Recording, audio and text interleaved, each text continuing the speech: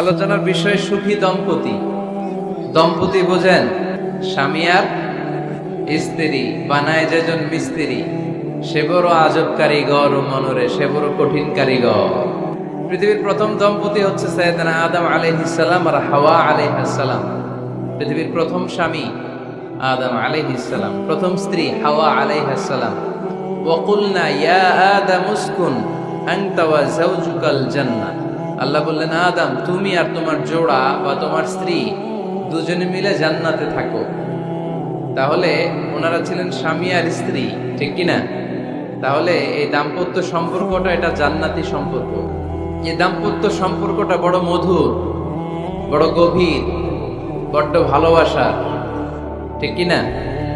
স্বামী আর স্ত্রী, স্বামী আর স্ত্রী, এই সম্পর্কটাকে আল্লাহ তাআলা কোরআনে পোশাকের সাথে তুলনা করেছেন। আল্লাহ বলেছেন, ও নারীরা তোমরা পুরুষদের জন্য পোশাক, আর ও পুরুষেরা তোমরা নারীদের জন্য পোশাক। পড়েন সুবহানাল্লাহ।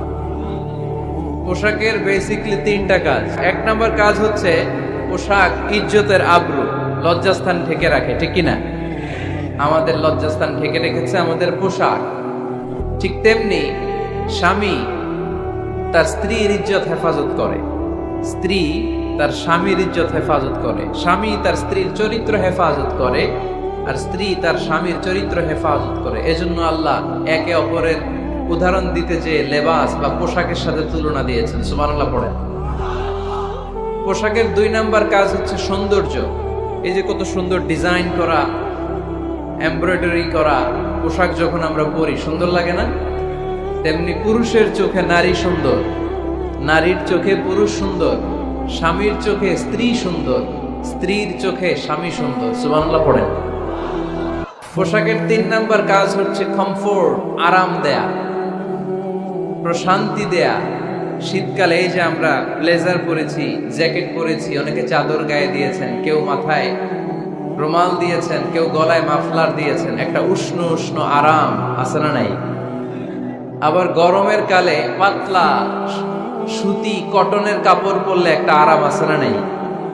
তাহলে পোশাক পরলে যেমনি আমাদের দেহ প্রশান্ত হয়, আরাম পাওয়া যায়, তেমনি স্বামী স্ত্রীর স্পর্শ পেলে সে আরাম পায়, তার হৃদয়টা প্রশান্ত করে দেয় কে? আবার স্ত্রী স্বামীর সঙ্গ পেলে তার মধ্যে প্রশান্তি এনে দেয় কে? এজন্য রাব্বুল আলামিন বলেন, হুন্না লিবাসুল লাকুম ওয়া আনতুম লিবাসুল লাহুন্না।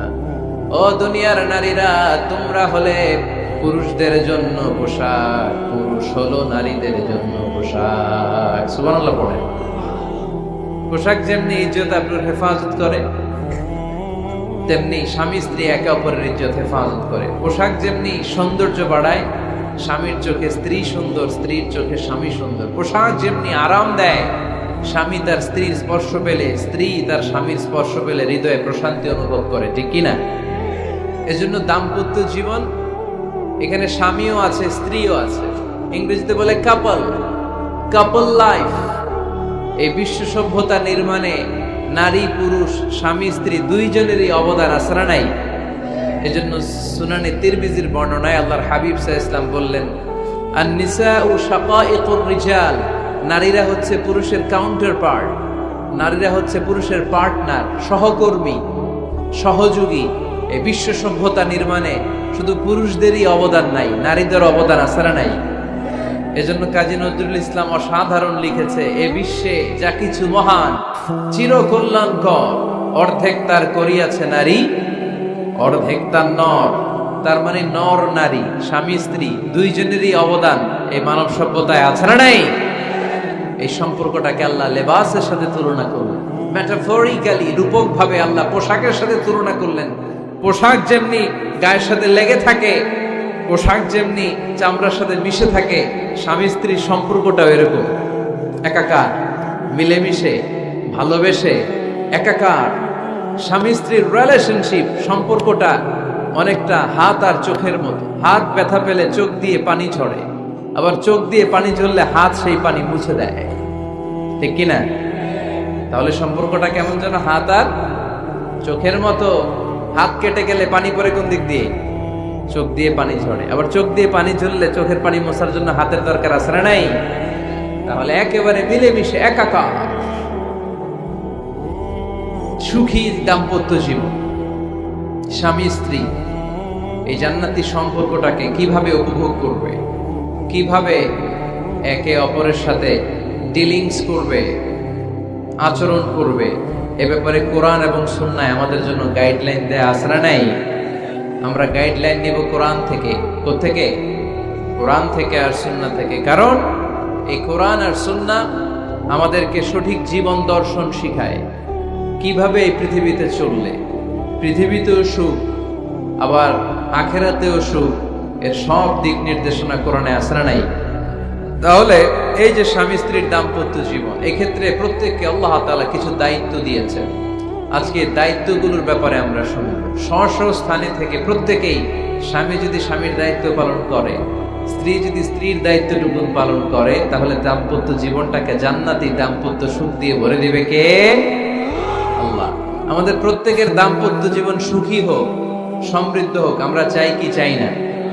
অনেকে বলে হুজুর সুখ নাই, সুখ নাই, ঘরের ভেতরে গেলেই জাহান্নাম, আহা কথা শোনে না আমার। আবার স্ত্রীরা বলে হুজুর দোয়া করবেন, পরকিয়া করে, খালি এসএমএস পাঠায়, আমারে ভাল লাগে না, এখন অন্যদিকে ঘুরে, এরকম আসরা নাই? দুই দিক থেকে অভিযোগ। বোনদের জন্য কোনো প্যান্ডেল ট্যান্ডেল আছে নাকি আজকে? হ্যাঁ, তো আমরা প্রথমে স্বামীর দায়িত্ব শুনবো। দাম্পত্য জীবনে স্বামীকে আল্লাহ তাআলা কি দায়িত্ব দিয়েছে, তারপর স্ত্রীকে আল্লাহ তাআলা কি দায়িত্ব দিয়েছে, এবং দুইজনের আবার কালেকটিভ সম্মিলিত কিছু দায়িত্ব আছে, এগুলো আমরা শুনবো। শুনতে রাজি আছেন তো? কষ্ট হচ্ছে আপনাদের? আচ্ছা, তো প্রথমে আমরা সম্মিলিত দায়িত্বের কথা শুনবো। সম্মিলিতভাবে আল্লাহ স্বামী স্ত্রী দুইজনকেই কিছু দায়িত্ব দিয়েছে, যে এই দায়িত্বটা দুইজনের উপরই বর্তায়। এরপরে শুনবো স্বামীকে আল্লাহ কিছু দায়িত্ব দিয়েছে, এটা শুনবো। এরপরে স্ত্রীকে কিছু দায়িত্ব দিয়েছে। আল্লাহর কসম, এই দায়িত্ব গুলো যদি স্বামী স্ত্রী সম্মিলিতভাবে পালন করে, এক একটা ঘরকে আল্লাহ জান্নাতি পরিবার বানায় দিবে, সুখী সমৃদ্ধ জান্নাতি দম্পতি বানায় দিবে। এরকম দাম্পত্য জীবন, সুখময় দাম্পত্য জীবন আমাদের হোক। আমরা চাই কি চাই না? চাই। তাহলে আমরা প্রথমে আলাদা আলাদা দায়িত্ব শোনার আগে সম্মিলিত বা কালেকটিভ রেসপন্সিবিলিটি কি আছে, এই সম্মিলিত দায়িত্বগুলো শুনবো। স্বামী স্ত্রীর দুইজনের কাঁধেই বর্তায় এরকম প্রথম দায়িত্ব হচ্ছে স্যাক্রিফাইস। দাম্পত্য জীবনের আসল খেলাটা হচ্ছে স্যাক্রিফাইসের খেলা। কিসের খেলা? স্যাক্রিফাইস। এটা লাগবে। আমার বোনেরা অথবা যুবতী বোনেরা অথবা রিসেন্টলি বিয়ে হয়েছে এরকম বোনেরা, আজকে তো এক ভাই এসে দোয়া চাইল, হুজুর 3 দিন আগে বিয়ে হয়েছে আমার, একটু দোয়া করে দেন। তারপর যুবক ছেলেরা, তোমরা যারা বিয়ে করনি করবা, খেয়াল করে শোনো, এগুলো কাজে লাগবে। স্যাক্রিফাইসটা খুব জরুরি। স্যাক্রিফাইস ইজ দ্য কি of a successful happy couple life. একটা সুখী দাম্পত্য জীবনের আসল চাবি হচ্ছে স্যাক্রিফাইস। আওয়াজ করে বলতে হবে, চাবিটার নাম কি? স্যাক্রিফাইস করতে হবে, একটু মানিয়ে নেয়া, একে অপরকে বোঝা, একটু ভালোবাসা, একটু মানিয়ে চলা, এটার নাম হচ্ছে স্যাক্রিফাইস। একে অপরকে বোঝার চেষ্টা করা, একটু মানিয়ে চলার চেষ্টা করা, একটু ভালো লাগা, একটু ভালোবাসা, সুখ দুঃখ ভাগাভাগি করে মিলেমিশে একাকার হয়ে যাওয়া, এটার নামই দাম্পত্য জীবন। ঠিক কিনা? এটার নামই দাম্পত্য জীবন। মিলেমিশে একাকার হয়ে যেতে হবে, স্যাক্রিফাইসের মানসিকতা অর্জন করতে হবে। একে অপরের দোষ ধরলে চলবে না, কারণ no one is perfect in this life. আপনি যে আপনার বউয়ের দোষ ধরতেছেন, আপনার দোষ নাই? কথা বলেন না কেন? আপনারও দোষ আছে না নাই? তো লিস্ট দুই ভাবে করা যায়, একটা হচ্ছে দোষের লিস্ট আর একটা হচ্ছে গুণের লিস্ট। দোষের লিস্ট বাদ দিয়ে আপনার স্ত্রীর মধ্যে আল্লাহ তাআলা কি কি গুণ দিয়েছে, এই গুণগুলোর লিস্ট করুন, দোষের লিস্ট নয়। দাম্পত্য জীবনটাই এমন, কখনো ঝগড়া, কখনো হাসাহাসি, কখনো মেঘ, কখনো বৃষ্টি, আছে না নাই? হয় না এরকম?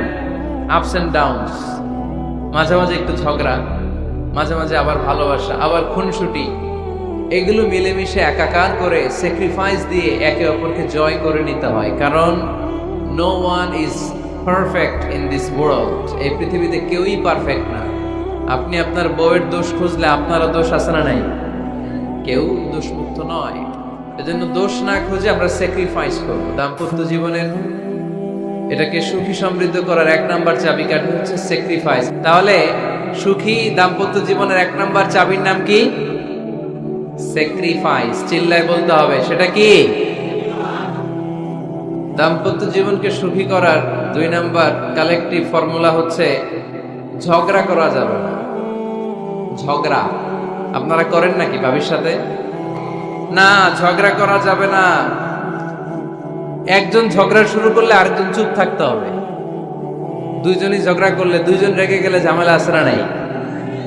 স্বামী রেগে গেলে স্ত্রী চুপ, স্ত্রী কখনো রেগে গেলে স্বামী চুপ, দুইজনই রেগে গেলে তৃতীয় বিশ্বযুদ্ধ। ঠিক কিনা? এজন্য ঝগড়া করতে দেয়া যাবে না, কারণ এই ঝগড়া, সামান্য ঝগড়া থেকে এই ঝগড়া বাড়তে বাড়তে এটা বিচ্ছেদের দিকে গড়ায়, ডিভোর্স হয়ে যায়। এরকম কত কেস যে আমার কাছে আসে, কত কেস যে আমার কাছে আসে যে হুজুর ছোট্ট ঝগড়া থেকে আমাদের মধ্যে ঝগড়া বাড়তে বাড়তে ইগো প্রবলেমের কারণে বিচ্ছেদে গড়ায়। আর এই ঝগড়া একটু শুরু হলে ইবলিশ শয়তানের কাজ হচ্ছে পালে বাতাস দেয়। কি দেয়? পালে বাতাস পেলে দাউ দাউ করে উঁচু হয়ে ওঠে।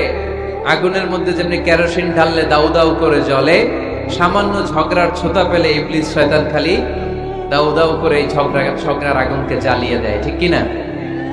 এজন্য ঝগড়া করবেন না, মেহেরবানি করে ঝগড়া শুরু করবেন না। যে কোনো মূল্যে এই ঝগড়াকে থামায় রাখতে হবে। তো ফ্যামিলিতে ঝগড়া অনেক সময় হয়ে যায়, কিন্তু একজন ঝগড়া করলে আরেকজন চুপ থাকতে হবে। ঝগড়া নিয়ে একটা মজার গল্প আছে, শুনবেন? ঝগড়া নিয়ে যে গল্পটা, সেটা হচ্ছে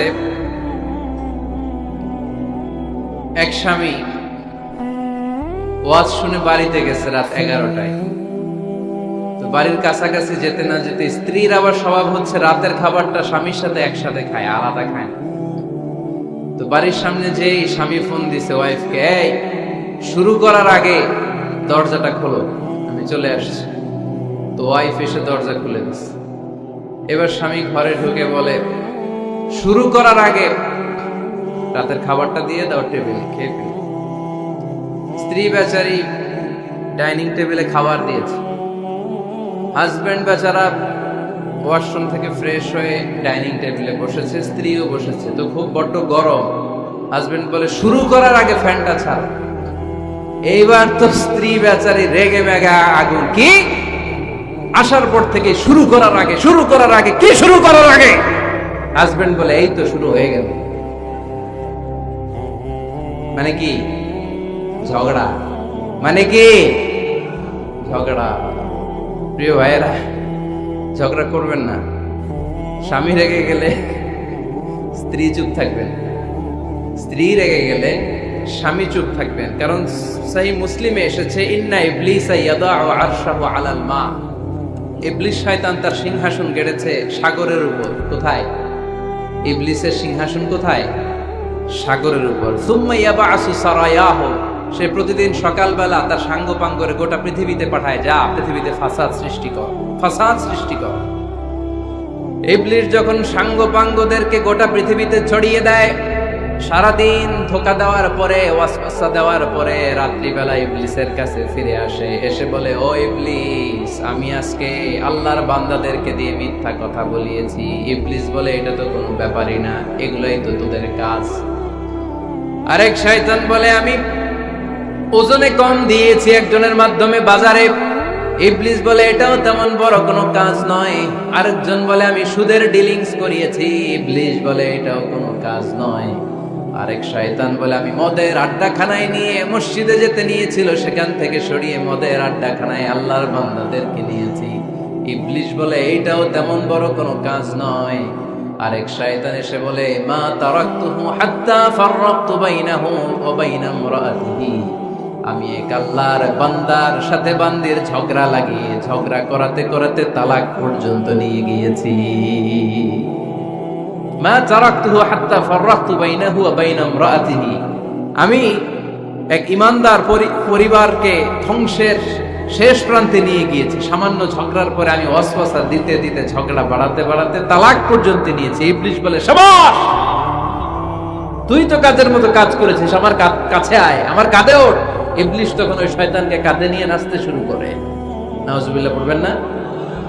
এজন্য ইমানদারদের সংসার ভেঙে খান খান হোক, এটা হলে ইবলিস খুশি, আর ইমানদারের পরিবার টিকে থাকলে আমার আল্লাহ খুশি। আমরা কার খুশি চাই? এজন্য শয়তানরে খুশি হতে দেয়া যাবে না। ইমানদারদের পরিবারগুলো ঝগড়ার মাধ্যমে ভেঙে যাক, সব সময় শয়তানের মিশন এটা। আর ইমানদারদের পরিবারগুলো টিকে থাক, এটা আমার আল্লাহ সব সময় চায়। সুবহানাল্লাহ পড়েন। এজন্য দৌলতপুরের ভাইরা ঝগড়া করবেন না। ঝগড়া কিন্তু নবী রাসূলদের পরিবারেও ছিল, আল্লাহ রাসূল সাল্লাল্লাহু আলাইহি ওয়াসাল্লামের পরিবারেও ঝগড়া ছিল। এটা স্বাভাবিক, দাম্পত্য জীবনের খুব সিম্পল ইস্যু। একজন রাগ করলে আরেকজন থেমে যাবে। পারবেন? কি হলো, পারবেন না? আল্লাহর হাবিব সাল্লাল্লাহু আলাইহি ওয়াসাল্লামের সাথে আম্মা জান আয়েশার ঝগড়া হতো। মজার একটা হাদিস শুনেন, সহিহ বুখারীর হাদিস, মুসনাদে আহমদ ইবনে হাম্বলও এসেছে এই হাদিসটা। আম্মা জান আয়েশার সাথে ঝগড়ার পর আম্মা জান আয়েশাও রাগ, আল্লাহ রাসূল সাল্লাল্লাহু আলাইহি ওয়াসাল্লামও রাগ। এখন রাগ মিটানোর দরকার আছে না নাই? আল্লাহ রাসূল সাল্লাল্লাহু আলাইহি ওয়াসাল্লাম বললেন, আয়েশা চলো মিটমাট করে ফেলি। সুবহানাল্লাহ কইবেন না? চলো মিটমাট করি। তো কারে ডাকবো মিটমাটের জন্য? ওমর রে ডাকি। আম্মা জান আয়েশা বলে, না, ওমর গলিফ, ওমর খুব মেজাজ ওয়ালা, আমার ডর লাগে। তোমার আব্বারে ডাকি। আব্বারে ডাকেন। আব্বারে ডাকেন।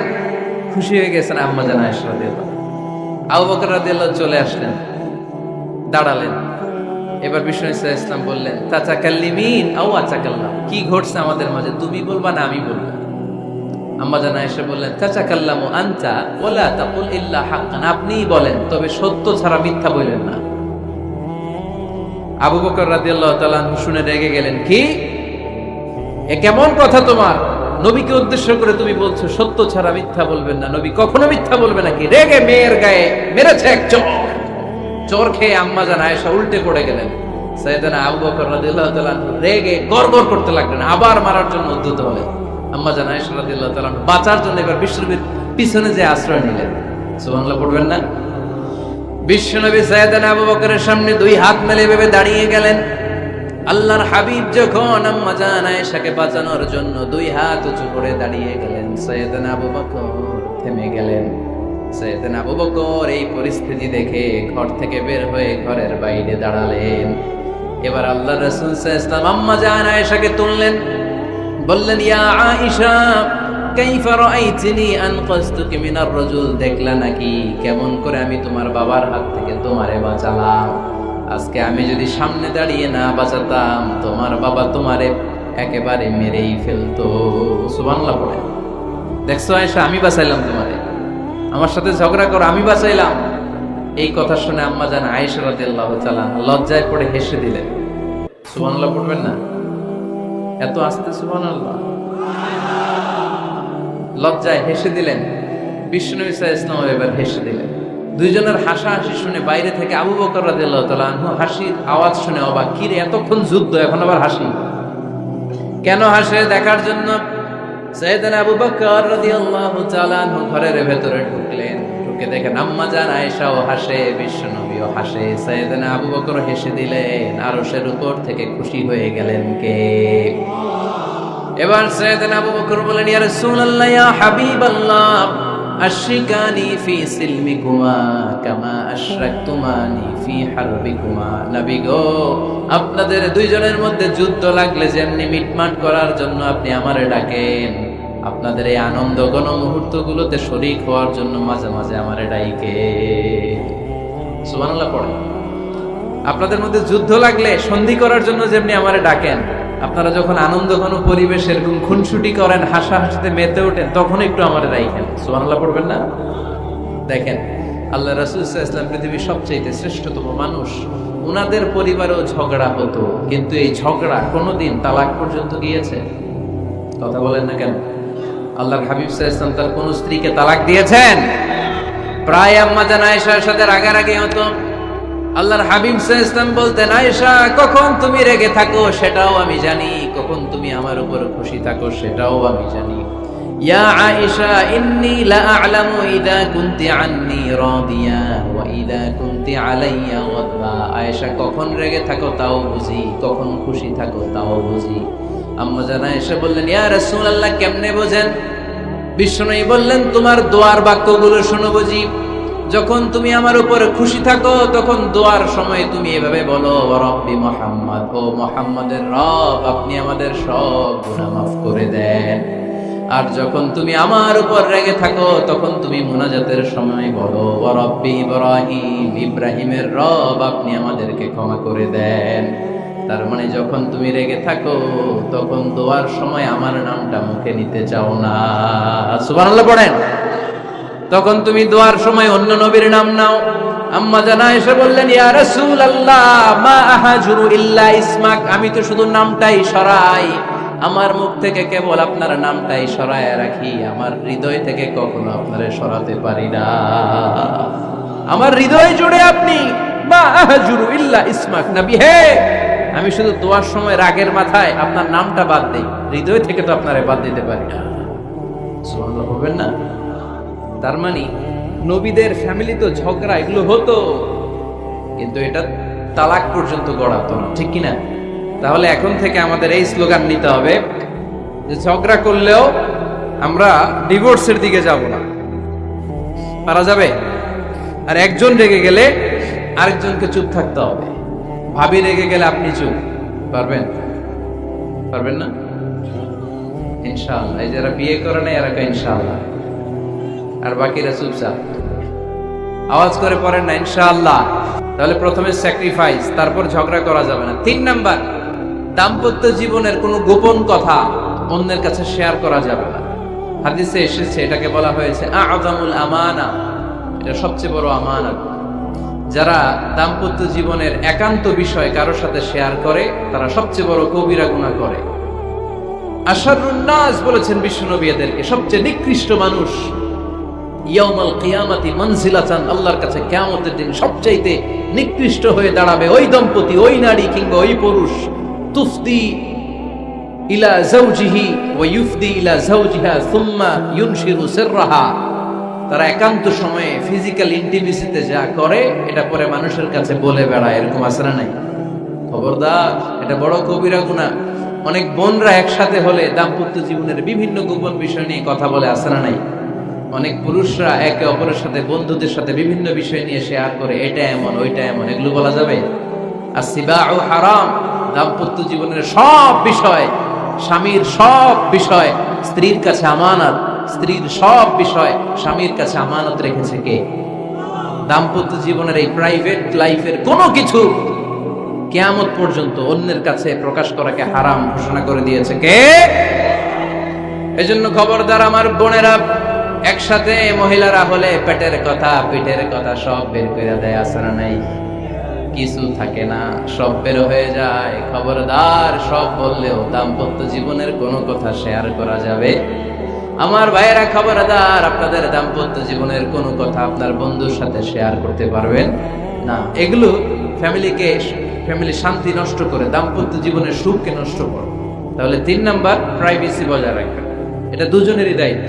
4 নাম্বার, অহেতুক সন্দেহ পরিহার করুন। অনেক স্ত্রী আছে হাজবেন্ডের খালি সন্দেহ করে, এই ওদিকে তাকাই লাগেন, ওই মেয়ের দিকে তাকাই লাগেন, মোবাইল দেখি, মোবাইল দাও, ফেসবুকের পাসওয়ার্ড দাও, ঢুইকা দেখি মেসেঞ্জারে কার সাথে চ্যাট করছে, এই অফিসের ফাইল দেখি, এই এটা দেখি, এই তোমার ইনবক্স চেক করবো, এদিকে দাও, আছে না নাই? এই সন্দেহ ঘরটারে জাহান্নামের টুকরা বানিয়ে ছেড়েছে। অহেতুক সন্দেহ করবেন না। আবার ভাইরা ভাবিদেরকে অহেতুক সন্দেহ করবেন, এই ওদিকে গেলা কেন, ওদিকে তাকাইলা কেন, এটা করলা কেন, ওইটা করলা কেন, দেখি তোমার মোবাইল, তোমার মোবাইলের গ্যালারি দেখি, লক করে রাখছো কেন, লক খোলো, আছে না নাই? অহেতুক সন্দেহ ফ্যামিলিটারে জাহান্নামের টুকরা বানিয়ে দেয়। হ্যাঁ, ভ্যালিড কোনো অপরাধ যদি স্বামী করে ফেলে, ভ্যালিড কোনো অপরাধ যদি স্ত্রী করে ফেলে, পরকীয়ার কোনো বিষয় যদি প্রমাণিত হয়, বসেন, কনসাল্ট করেন, একে অপরের সাথে কথা বলেন, জিজ্ঞেস করেন। কিন্তু অহেতুক, আমি অনেক ফ্যামিলি এরকম দেখেছি, আমার কিছু বন্ধুকেও আমি দেখেছি যে এদের অবস্থা খুব খারাপ, খালি সন্দেহ করে। আছে না নাই? সন্দেহের রোগটা বড় রোগ, এই রোগ থেকে বেরিয়ে আসতে হবে। অহৈতুক সন্দেহ করা যাবে না। 5 নাম্বার, হাজব্যান্ড ওয়াইফের দায়িত্ব হচ্ছে একে অপরের সহযোগী হতে হবে, সহকর্মী। আল্লাহর জান্নাত পাওয়ার ক্ষেত্রে একে অপরের সহযোগী। আপনি একা জান্নাতে যাবেন, ভাবি জাহান্নামে, এটা আপনি চান? ভাবি একা জান্নাতে যাবে, আপনি যাবেন না, এটা ভাবি চায়? চায় না। তাহলে গেলে একসাথেই যান না, একসাথেই যান, একসাথেই যাবেন, আলাদা না। এজন্য আল্লাহর আনুগত্যে, আল্লাহর ইবাদতে, দাম্পত্য জীবনে একে অপরের সহযোগী হতে হবে। স্বামী ভুল করলে স্ত্রী সুন্দর করে শুধরে দিবে, স্ত্রী ভুল করলে স্বামী শুধরে দিবে।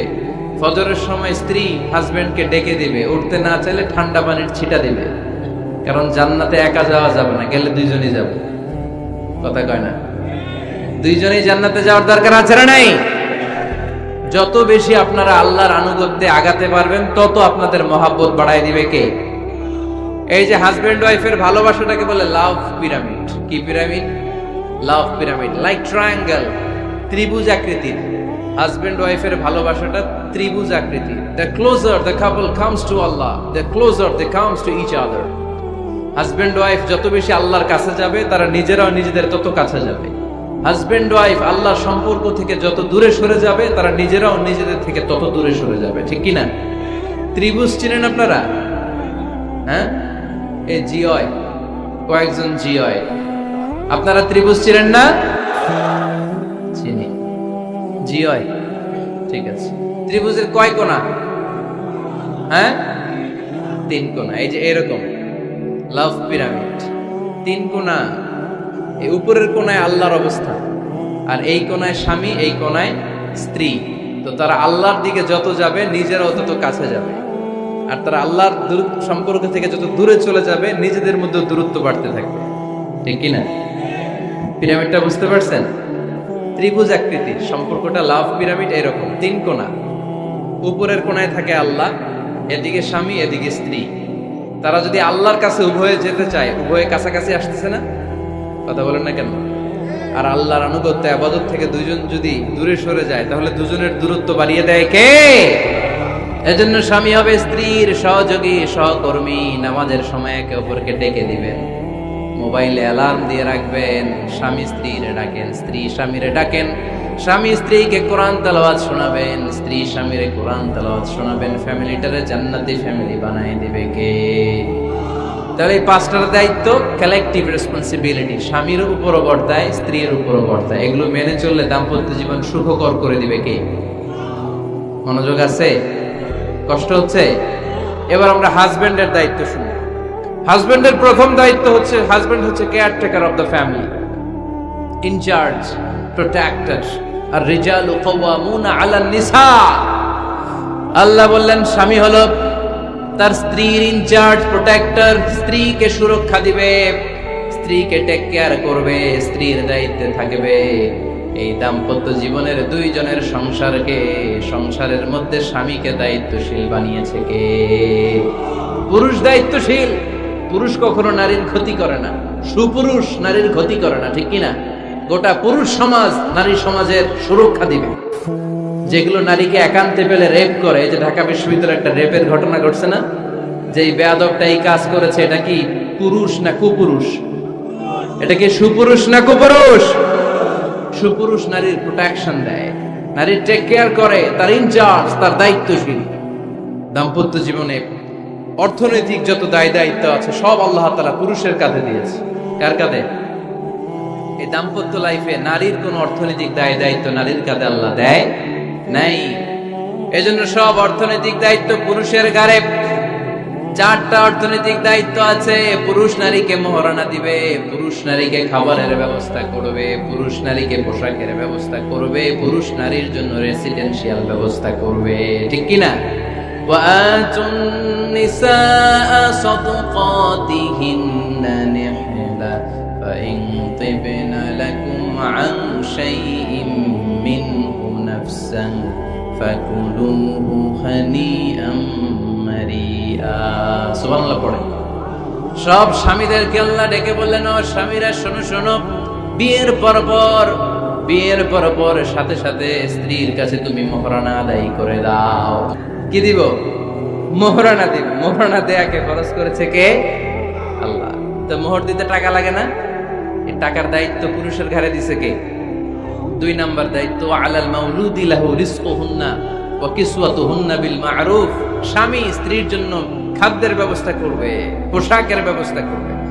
3 নাম্বার, ওয়াসকিনুহুন্না মিন হাইসু সাকানতুম মিন ওয়াজদিকুম। নিজের সামর্থ্যের মধ্যে থেকে স্ত্রীর জন্য রেসিডেন্সিয়াল একটা এরিয়ার ব্যবস্থা করে দিবে। সুবহানাল্লাহ পড়ো। তাহলে অর্থনৈতিক দায়িত্বের মধ্যে 4টা: মোহরানা দেয়া, মিলস খাবারের ব্যবস্থা করা, মানে ফুডিং এন্ড ক্লোথিং, পোশাকের ব্যবস্থা করা, সর্বশেষ রেসিডেন্সিয়াল ব্যবস্থা করা। এই যে অর্থনৈতিক সব দায়িত্ব, খরচ যেখানেই আছে, সব দায়িত্বগুলো পুরুষের কাঁধে দিল কে? চিল্লায় বলেন কে? খরচের সবকিছু আল্লাহ তাআলা পুরুষের কাঁধে দিয়েছে। এটা হচ্ছে পুরুষের ফিনান্সিয়াল দায়িত্ব। এবার দাম্পত্য জীবনে পুরুষের নন ফিনান্সিয়াল কিছু দায়িত্ব আল্লাহ তাআলা দিয়েছে, এগুলো আমরা শুনি। এবার দাম্পত্য জীবনে নন ফিনান্সিয়াল পুরুষের যে দায়িত্ব আছে সেটা আমরা শুনবো। 1 নাম্বার দায়িত্ব হচ্ছে স্বামীর উচিত স্ত্রীর সাথে ভালো আচরণ করা। সালাম দিবেন, স্ত্রীকে কি দিবেন? আল্লাহ বললেন, ওয়া আশিরুহুন্না বিল মা'রুফ। স্ত্রীর সাথে কোমল ভাষায়, ভালো শব্দে, ভালো বাক্যে, ভালো কথা বলো। স্ত্রীর সাথে খারাপ আচরণ করো না। স্ত্রীকে দেখলে তুমি মুচকি হাসি দাও। অনেক স্বামী আছে কখনো স্ত্রীকে দেখলে মুচকি হাসি দেয় না, চেহারাটা বাংলা পাসের মতো এরকম করে রাখে। আছে না নাই? দৌলতপুরের লোকের অবশ্য অনেক ভালো, এই যে সবার মুখে হাসি, মুচকি হাসি। হাসেন তো, মুচকি হাসি দেন তো একটা। আওয়াজ করলে মুচকি হাসি হয় নাকি? এটা মুচকি হাসি, দাঁত দেখা যাবে না, সাউন্ড হবে না, শুধু এখানে একটু এক চিলতে হাসির একটা ঝলক করবে, এটার বলে মুচকি হাসি। কানা রাসূলুল্লাহ সাল্লাল্লাহু আলাইহি ওয়াসাল্লাম আকসারু তাবাসসুমান। আল্লাহর হাবিব সাল্লাল্লাহু আলাইহি ওয়াসাল্লাম সব সময় মুচকি হাসতেন। অনেকে আছে চেহারা গোমরা করে রাখে, জীবনেও হাসে না, এরকম আছে না নাই? দেখছেন এরকম আছে? এই এলাকায় তো নাই না? আছে। হাসবেন, হাসবেন। মুচকি হাসতে পয়সা লাগে না। পয়সা লাগে? এজন্য হাসবেন। আল্লাহর হাবিব সাল্লাল্লাহু আলাইহি ওয়াসাল্লাম বলেছেন, ফাস্তাউসু বিন-নিসাই খায়রা। নারীর সাথে ভালো আচরণ করো। নারীদেরকে বাঁকা পাঁজরের হাড় দিয়ে তৈরি করা হয়েছে। এই হাড়কে সোজা করতে গেলে ভেঙে যাবে, রেখে দিলে বাঁকাই থেকে যাবে। তো কি করতে হবে? ফাস্তাউসু বিন-নিসাই খায়রা, কোমল আচরণ করো। আবার আল্লাহর হাবিব সাল্লাল্লাহু আলাইহি ওয়াসাল্লাম বললেন, রিফকাম বিল কাওয়ারিদ। নারীদেরকে কাচের তৈজসপত্র, বাসনের সাথে, গ্লাসের সাথে আল্লাহর হাবিব সাল্লাল্লাহু আলাইহি ওয়াসাল্লাম তুলনা করলেন। কাচের তৈজসপত্র, কাচের গ্লাস, কাচের প্লেট যেমনি আস্তে তুলতে হয়, আস্তে রাখতে হয়, নারীদের সাথে এরকম কোমল আচরণ করার আদেশ দিয়েছে কে? কাচের গ্লাস, তৈজসপত্র, জগ কিভাবে রাখেন আপনারা? খুব জোরে এরকম থপাস করে নাকি? উঠানোর সময় থপাস করে উঠান? খুব স্মুথলি এটা ধরতে হয়, স্মুথলি এটা রাখতে হয়। তেমনি নারীদের সাথেও স্মুথলি আচরণ করবেন। নারীদেরকে যত আপনি কোমল মোলায়েম ভাষায় কথা বলতে পারবেন, তারা তত আপনার কথা শুনবে। যত সুন্দর সুন্দর কথা। নারীকে, স্ত্রীকে বলবেন, তুমি আমার সব, তুমি আমার কৈতরী, তুমি আমার টুনটুনি, তুমি আমার ময়না পাখি, তুমি আমার সোনা পাখি। ওই যে কয় কলিজা, তার মানে প্র্যাকটিস চলে বাসায়। আর কি ডাকেন? ভাবিরে কি ডাকেন বলেন? জান।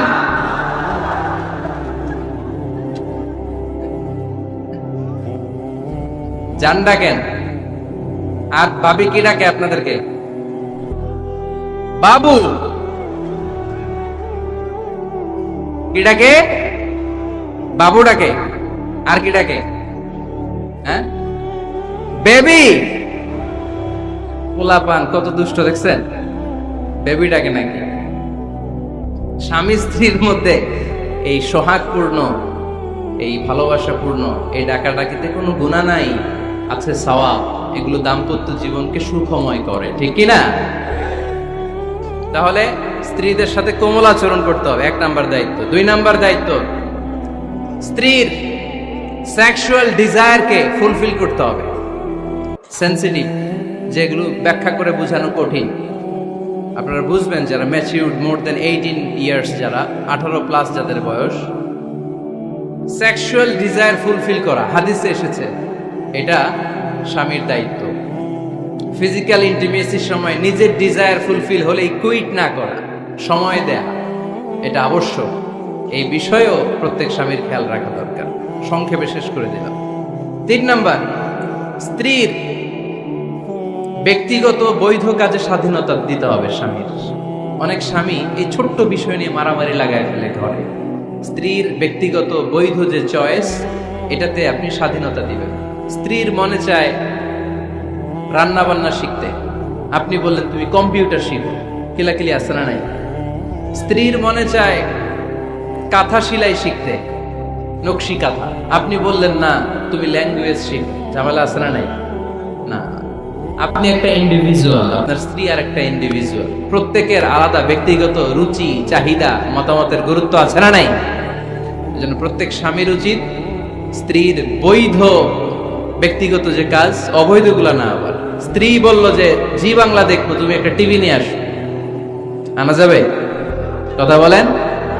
স্ত্রী বলল চলো পহেলা বৈশাখে আমরা নাচানাচি করব, তুমি আর আমি মিলে, এটা মানা যাবে না। স্ত্রীর ব্যক্তিগত বৈধ কাজে স্বাধীনতা দেয়া। আম্মা জান আয়েশা রাদিয়াল্লাহু তাআলা আনহা বলেন, ওয়া কানা লি সাওয়াহিবু ইয়ালআবনা মাই, বুখারীর বর্ণনা, আমি যখন আল্লাহর হাবিব সাল্লাল্লাহু আলাইহি ওয়াসাল্লামের বাড়িতে বউ হয়ে আসলাম, আমার কিছু খেলার সাথে ছিল। আমি কাপড় দিয়ে পুতুল বানাতাম আর ঘোড়া বানাতাম, এগুলো দিয়ে খেলতাম। আমার সাথীরা আসলে রাসূল সাল্লাল্লাহু আলাইহি ওয়াসাল্লাম ঘরের পর্দা নামিয়ে দিয়ে আমার জন্য ঘরটা ছেড়ে দিত। সুবহানাল্লাহ কইতে পারলেন না? আল্লাহর হাবিব সাল্লাল্লাহু আলাইহি ওয়াসাল্লাম কখনো বলতেন না আয়েশা তোমার বান্ধবীরা যেন ঘরে না আসে, কখনো বলতেন না আয়েশা আমি নবী মানুষ, তুমি নবীর বউ, তুমি কেন পুতুল দিয়ে খেলো, তুমি কেন কাপড় দিয়ে পুতুল বানাও, কেন ঘোড়া বানাও, এগুলো বন্ধ করো। কোনদিন বিশ্বনবী আম্মা জান আয়েশা রাদিয়াল্লাহু তাআলা আনহার পুতুল খেলায় বাধা দেন নাই, সাথীদের সাথে খেলাধুলায় কখনো বাধা দেন নাই। সুবহানাল্লাহ পড়ে। ছোট্ট মেয়েদের জন্য কাপড়ের পুতুল দিয়ে খেলাধুলা করা এটা জায়েজ, কারণ ছোট্ট মেয়েরা দেখবেন পুতুল বানায়, এটারে দুধ খাওয়ায়, এটার জন্য রান্না করে, এটারে গোসল করায়। এটাকে ছোট্ট মেয়েদের জন্য পুতুল খেলা জায়েজ রাখা হয়েছে এজন্য, কারণ তারাই কিছুদিন হবে এই প্রজন্মের মা। তাদের সন্তানদেরকে কেমন করে লালন পালন করবে তার একটা প্র্যাকটিস খেলার ছলেই ছোটবেলায় হয়ে যায়। সুবহানাল্লাহ পড়েন। এজন্য 3 নাম্বার দায়িত্ব স্ত্রীর ব্যক্তিগত হালাল যে কাজগুলো আছে তার ব্যক্তিগত এই ভালো কাজগুলোতে আপনার স্বাধীনতা দিতে হবে, বাধা দেয়া যাবে না। 4 নাম্বার দায়িত্ব, স্ত্রীর প্রশংসা করবেন। কি করবেন? প্রশংসা। আমরা খালি দোষ খুঁজি, তোমার রান্না ভালো না, তোমার চেহারা ভালো না, তোমার বাপ ভালো না, তোর মা ভালো না, তোর 14 গোষ্ঠী খারাপ, আছে না নাই? তো এই বেডি আপনার ভালোবাসবে? এই বেডি তো আজীবন আপনার বদনাম করবে, ঠিক কিনা? কোনদিন তারে আপনি প্রশংসা করলেন না, প্রশংসা করবেন।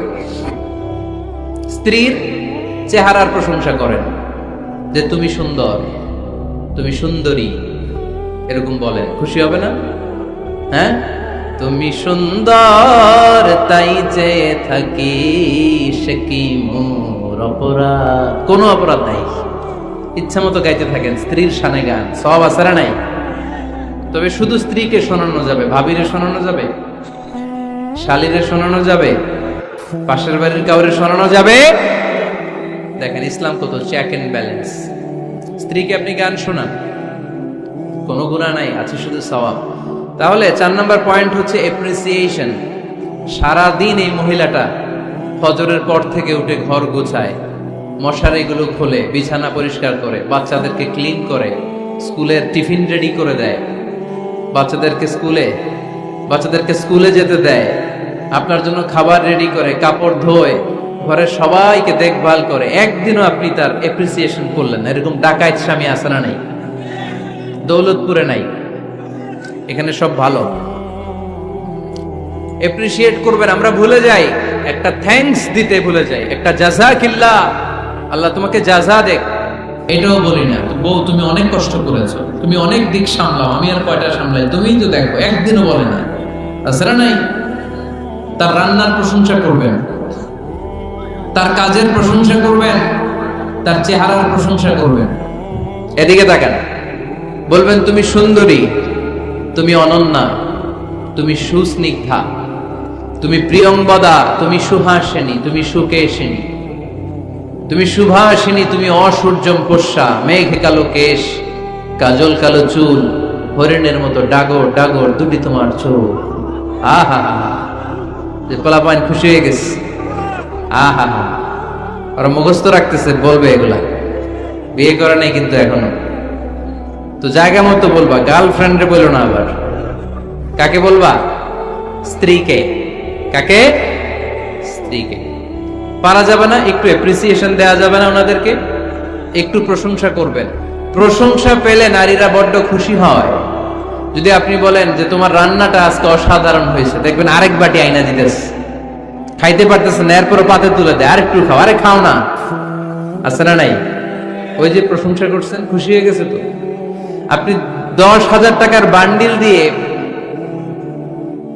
আপনার বউকে যত খুশি করতে না পারবেন, রান্না মজা হয়েছে এইটা বলে আপনি অনেক বেশি খুশি করতে পারবেন। আল্লাহর হাবিব সাল্লাল্লাহু আলাইহি ওয়াসাল্লাম কখনো স্ত্রীদের রান্নার বদনাম করে নাই। সুবহানাল্লাহ পড়বেন না? আওয়াজ করে পড়েন সুবহানাল্লাহ। আজ থেকে স্ত্রীর সৌন্দর্যের প্রশংসা করবেন, কাজের প্রশংসা করবেন, রান্নার প্রশংসা করবেন, অ্যাপ্রিসিয়েশন দিবেন। পারবেন তো? রান্নার প্রশংসা নিয়ে মজার একটা গল্প আছে, শুনতে চান? তো রান্নার প্রশংসা নিয়ে যে মজার গল্পটা আপনাদের শোনাতে চাই, এদিকে তাকান, মনোযোগী হন।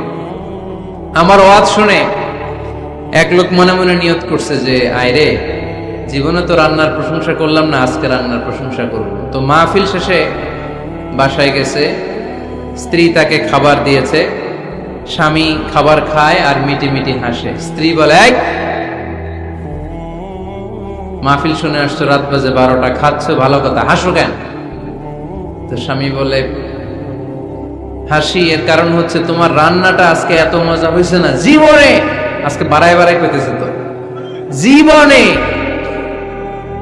এত মজার রান্না খাই নাই। রান্না মজা হয়েছে শুই না। স্ত্রী তো রেগে গেছে, কি গত 10 বছর ধরে তোমার রান্না করে খাওয়াই, একদিনও রান্নার প্রশংসা করলা না, আর আজকে পাশের ঘরের ভাবি একটু গরুর গোশতের তরকারি পাঠাইছিল বাটিতে করে, পাশের ঘরের ভাবি একটু আমাদের বাড়িতে তরকারি পাঠাইছিল, তো ওই তরকারি দিয়েই তোমাকে খাবার দিছি, আজকে আর রান্নাটার আমি করি নাই। তো ওই বেটির রান্না তোমার এত ভাল লাগছে, এই 10 বছরে একদিনও কইলা না, আজকে এটা কইলা, খাও খাও, তোমার মজার খাওয়া, আর রান্ধুন না। তো প্রশংসা করলে বুঝে শুনে করবেন, একটু এনশিওর হবেন যে রান্নাটা করছিল কে। তা না হইলে কিন্তু ঘরে চুলায় আগুন জ্বলবে না, টানা রোজা রাখা লাগবে, ঠিক কিনা? তো 4 নাম্বার গেল অ্যাপ্রিসিয়েশন, একটু অ্যাপ্রিসিয়েশন দিবেন। আল্লাহর হাবিব সব সময় স্ত্রীদের প্রশংসা করতেন। সেই বুখারীর বর্ণনা, আল্লাহর হাবিব বলেন, ইন্না ফাদলা আয়েশা আলান নিসা কাফাদলি সারিদ আলা সাইরিত তাআম। আরব ভূখণ্ডের মধ্যে সব খাবারের উপরে সারিদ খাবার যেমনি সেরা, দুনিয়ার সব নারীদের মধ্যে আমার আয়েশা তেমনি সেরা। সারিদ একটা খাবার আছে। আমি যখন মিশরে পড়তাম আল আজহার ইউনিভার্সিটিতে, আমাদের ইউনিভার্সিটিতে সরকারের পক্ষ থেকে সরকারিভাবে খাবার দেয়া হতো। আমাদের খাবারের খরচ বহন করতেন ওমানের সুলতান কাবুস। এই গত 3-4 দিন আগে ইন্তেকাল করেছেন। নাম শুনছেন আপনারা? প্রায় 40 বছরেরও বেশি মনে হয়, 45 বছর বা 50 বছরের লম্বা সময় উনি ওমানের প্রেসিডেন্ট ছিলেন। উনি আমাদের খাবারের খরচটা বহন করতেন। কিছুদিন আগে ইন্তেকাল করেছেন। আমরা ওনার জন্য দোয়া করি, আল্লাহ তাআলা এই সুলতান কাবুসের জীবনের গুনাহগুলো মাফ করে নিক, ওনার সমস্ত খেদমত আল্লাহ কবুল করে নিক। তো আমাদের আল আজহার ইউনিভার্সিটির হোস্টেলে ঈদের দিন একটা খাবার দিত, এটার নাম ছিল সারিদ। রুটি আর গোশত এগুলোকে ম্যাশড করে একটা স্তর বানাতো, এটা কেটে কেটে আমাদেরকে দিত, এটাকে বলে সারিদ। আরব দেশে সবচেয়ে দামি খাবার। আমাদের দেশে যেমনি পোলাও, গরুর রেজালা, রোস্ট, এগুলো খুব উন্নত খাবার ধরা হয়, বিয়েতে সার্ভ করা হয়। আরব দেশে ওইটাকে বলে সারিদ, শ্রেষ্ঠ খাবার। আল্লাহর হাবিব বললেন সব খাবারের মধ্যে যেমনি সারিদ সেরা, নারীকুলের মধ্যে তেমনি আমার আয়েশা সেরা। দেখেন কেমনে এপ্রিসিয়েট করতেন। আম্মা জান আয়েশাকে তিনি সব সময় আদর করে হামায়রা বলে ডাকতেন। হামায়রা মানে লাল সুন্দরী বউ। কি সুন্দরী? আম্মা জান আয়েশা রেগে গেলে গাল দুটো আনার ফলের মতো লাল হয়ে যেত, এজন্য ডাকতেন ও আমার লাল সুন্দরী বউ। সুবহানাল্লাহ কইতে পারলেন না? আবার আম্মা জান খাদিজাতুল কুবরা তাহেরা রাদিয়াল্লাহু তাআলা আনহার ব্যাপারে বলতেন ইন্নী ক্বাদ রুজিকতু হুব্বাহা। সহিহ মুসলিমের বর্ণনায় তিনি বলতেন খাদিজার ভালোবাসা আল্লাহ তাআলা আমার হৃদয়ে রিজিক হিসেবে দিয়েছে। আওয়াজ করে পড়েন আল্লাহু আকবার। তো এইজন্য এপ্রিসিয়েট করবেন। 5 নাম্বার হচ্ছে আপনার ভালোবাসা স্ত্রীকে প্রকাশ করুন। এক ছাদের নিচে আজীবন বসবাস, 20 বছর হয়ে গেছে এদের সংসার, একদিনও মুখ ফুটে বলতে পারে নাই তোমারে ভালোবাসি। পারছেন? হ্যাঁ, কে কে পারছেন? দেখে হাত তুলে। হাত অর্ধেক তুলে আবার নামায়, ভেজাল আছে, ঠিক কিনা? ভালোবাসি বলছিলেন? কারে বলছিলেন? ভাবিকে না গার্লফ্রেন্ডকে? হ্যাঁ, স্ত্রীকে বলবেন। নিজের স্ত্রীকে বলবেন আই লাভ ইউ। কি বলবেন? কথা বুঝে না বোধহয়। কি বলবেন? সবাই বলেন কি বলবেন? মুরব্বী একজনও কয় না, কয় এতদিন কইছি না, অহনো কম না। বলবেন, ভালোবাসা প্রকাশ করবেন। স্ত্রীরা এটা খুব চায়, স্বামীর পক্ষ থেকে এই খুনসুটি গুলো খুব পছন্দ করে। আপনি আজকে যে বলেন, দেখবেন ফ্যামিলির সুখ বাড়তে শুরু করছে। সুনানে তিরমিজির বর্ণনা দেখেন, বিশ্বনবী যে আই লাভ ইউ বলতো তার দলিল শুনেন। সাহাবারা জিজ্ঞেস করলেন ইয়া রাসূলুল্লাহ মান আহাব্বুন নাস ইলাইক, ও নবী কারে সবচেয়ে বেশি ভালোবাসেন? Who do you love the most? নবী কাকে সবচেয়ে বেশি লাভ করেন আপনি? সাহাবারা প্রশ্ন করলেন ইয়া রাসূলুল্লাহ কাকে লাভ করেন বেশি? আল্লাহর হাবিব সাল্লাল্লাহু আলাইহি ওয়াসাল্লাম বললেন আয়েশা, আয়েশা রে। সুবহানাল্লাহ কইবেন না? সাহাবারা বললেন ওয়া মিনার রিজাল, পুরুষদের মধ্যে কারে বেশি পছন্দ করেন? বিশ্বনবী বললেন আবুহা, আয়েশার বাবারে। সাইয়েদনা আয়েশা রাদিয়াল্লাহু তাআলা আনহার বাবার নাম কি? আবু বকর। কি নাম? আবু বকর। আল্লাহর হাবিব সাল্লাল্লাহু আলাইহি ওয়াসাল্লাম বললেন সবচেয়ে বেশি লাভ করি আয়েশাকে। সাহাবারা বললেন ওয়া মিনার রিজাল, পুরুষদের মধ্যে কারে বেশি লাভ করেন? আল্লাহর হাবিব সাল্লাল্লাহু আলাইহি ওয়াসাল্লাম বললেন আয়েশার বাবারে। সুবহানাল্লাহ পড়েন। আম্মা জান আয়েশাকে বিশ্বনবী এত ভালোবাসতেন। আম্মা জান আয়েশা পেয়ালার যেইখানে ঠোঁট লাগিয়ে দুধ পান করতেন, বিশ্বনবী পেয়ালার ওই জায়গাটা খুঁজে খুঁজে ওই জায়গায় ঠোঁট লাগিয়ে দুধ পান করতেন। আম্মা জান আয়েশা রাদিয়াল্লাহু তাআলা আনহা গোশত খেয়ে হাড্ডি চষে হাড্ডিটা রেখে দিলে বিশ্বনবী আম্মা জান আয়েশার চষা হাড্ডিটা মুখে নিয়ে আবার চষতে শুরু করে দিতেন। পড়েন সুবহানাল্লাহ। দুইজন একসাথে এক বালতি থেকে পানি নিয়ে গোসল করতেন। পড়েন আল্লাহু আকবার। তাহলে এভাবে ভালোবাসা প্রকাশ করতে পারবেন তো? 6 নাম্বার স্বামীর দায়িত্ব হচ্ছে গৃহস্থলী ছোটখাটো যে কাজ আছে এই কাজগুলোতে হেল্প করা। আমরা অনেক সময় এগুলোর লজ্জা মনে করি। আল্লাহর হাবিব সাল্লাল্লাহু আলাইহি ওয়াসাল্লাম আমাদের মডেল। আল্লাহর হাবিব সাল্লাল্লাহু আলাইহি ওয়াসাল্লাম ঘরের কাজে সাহায্য করতেন। আল্লাহর হাবিব সাল্লাল্লাহু আলাইহি ওয়াসাল্লাম ঘরের কাজে সাহায্য করতেন। আপনারা ঘরের কাজে সাহায্য করেন তো? আম্মা জান আয়েশা বলেন বিশ্বনবী নিজ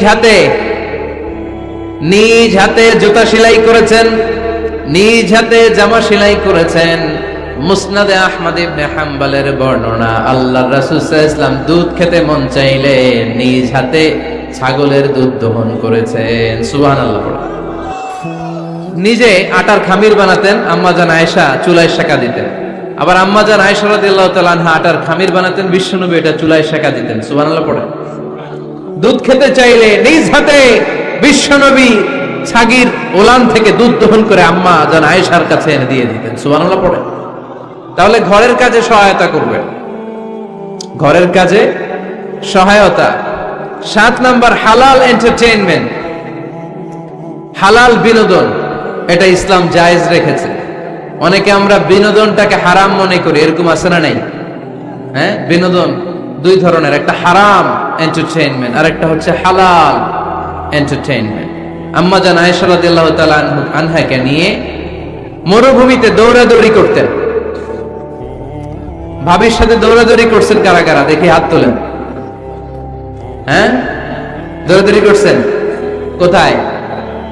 যৌতুকের লাগে হেতেরে দৌড়াইছেন, হেতি বাসাল্লাই দিছে দৌড়, এই দৌড়াদৌড়ি না। আম্মা জান আয়েশা রাদিয়াল্লাহু তাআলা আনহার সাথে বিশ্বনবী মরুভূমিতে দৌড়াদৌড়ি করেছেন। বলেছেন, আয়েশা দেখো কে কার আগে ওই খেজুর বাগান ধরতে পারে, তুমি আগে না আমি আগে। একবার বিশ্বনবী জিতলেন, তার 7 বছর পরে প্রথমে আম্মা জান আয়েশা রাদিয়াল্লাহু তাআলা আনহা ওই দৌড়ে জিতলেন। তার 7 বছর পরে বিশ্বনবী জিতে আম্মা জান আয়েশাকে হারায় দিলেন। পড়েন সুবহানাল্লাহ।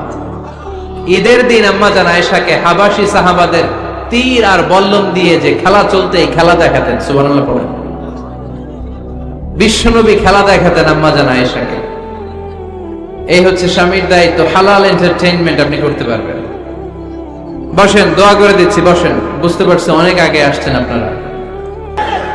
আচ্ছা, 8 নাম্বার স্বামীর দায়িত্ব হচ্ছে, স্বামীর দায়িত্ব বলেই এখন দোয়া।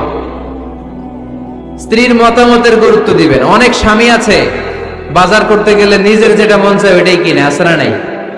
নিজে গরু খাবে, খাসি খাবে, খালি ওইটাই কিনে। আপনার বউ হয়তো পছন্দ করে আচার, পছন্দ করে জলপাই, আমড়া, এগুলো আনে না, আছে না নাই? খোঁজ খবর নিবে। অনেকে ফ্ল্যাট কিনতে মনে চায়, হুট করে কিনে ফেলে না। ভাবিরে জিজ্ঞেস করবেন কোন দিকে কিনলে ভালো হয়, ওয়াশরুমটা কোন দিকে দিতে হবে, কিচেনটা কোন দিকে দিলে সুবিধা, জানালাগুলো কোথায় দিলে সুবিধা, এগুলো সব ডিসাইড করে নেবেন। এই কারণেই দাম্পত্য জীবনে সুখ নাই। 9 নাম্বার, একসাথে সময় কাটাবেন। 6 মাসের বেশি কোন লোক তার স্ত্রীর অনুমতি ছাড়া বাইরে যে প্রবাস জীবন কাটাতে পারবে না। এদেশের অনেক লোক প্রবাসে সময় কাটায়। 6 মাসের বেশি স্ত্রীকে রেখে দিয়ে কোনো হাজবেন্ড বিদেশে থাকতে পারবে না। সিলেটিরা লন্ডনে থাকে, 6 মাস পরেই আসতে হবে, ঠিক কিনা? সর্বশেষ কথা হচ্ছে, স্ত্রীর জন্য দোয়া করবেন। স্বামীর পক্ষ থেকে স্ত্রীর জন্য দোয়া, এটার গুরুত্ব আছে না নাই? বিশ্বনবী তার স্ত্রীর জন্য দোয়া করতেন। স্ত্রীর জন্য দোয়া করবেন, রব্বানা হাব লানা মিন আজওয়াজিনা ওয়া যুররিয়াতিনা কুররাতা আ'য়ুন ওয়াজআলনা লিল মুত্তাকিনা ইমামা। ও আল্লাহ, আমার স্ত্রীদেরকে, আমার সন্তানদেরকে আমার চক্ষু শীতলকারী বানিয়ে দেন। পড়েন আমিন। আল্লাহ আমার স্ত্রীকে এমন বানান, স্ত্রীকে দেখলেই যেন আমার হৃদয়টা প্রশান্ত হয়, আমার চোখ যেন জুড়িয়ে যায়। এই 10টা দায়িত্ব স্বামীর সুখী দাম্পত্য জীবনের জন্য। স্ত্রীর দায়িত্ব আজকে বলার সুযোগ হলো না। অন্য কোথাও, অন্য কোনো মাহফিলে এই বিষয় নিয়ে আলোচনা করব যে একটা সুখী দাম্পত্য জীবনের জন্য স্ত্রীকে আল্লাহ কি দায়িত্ব দিয়েছে। এই দায়িত্বগুলো আপনারা ইউটিউব থেকে শুনে নেবেন।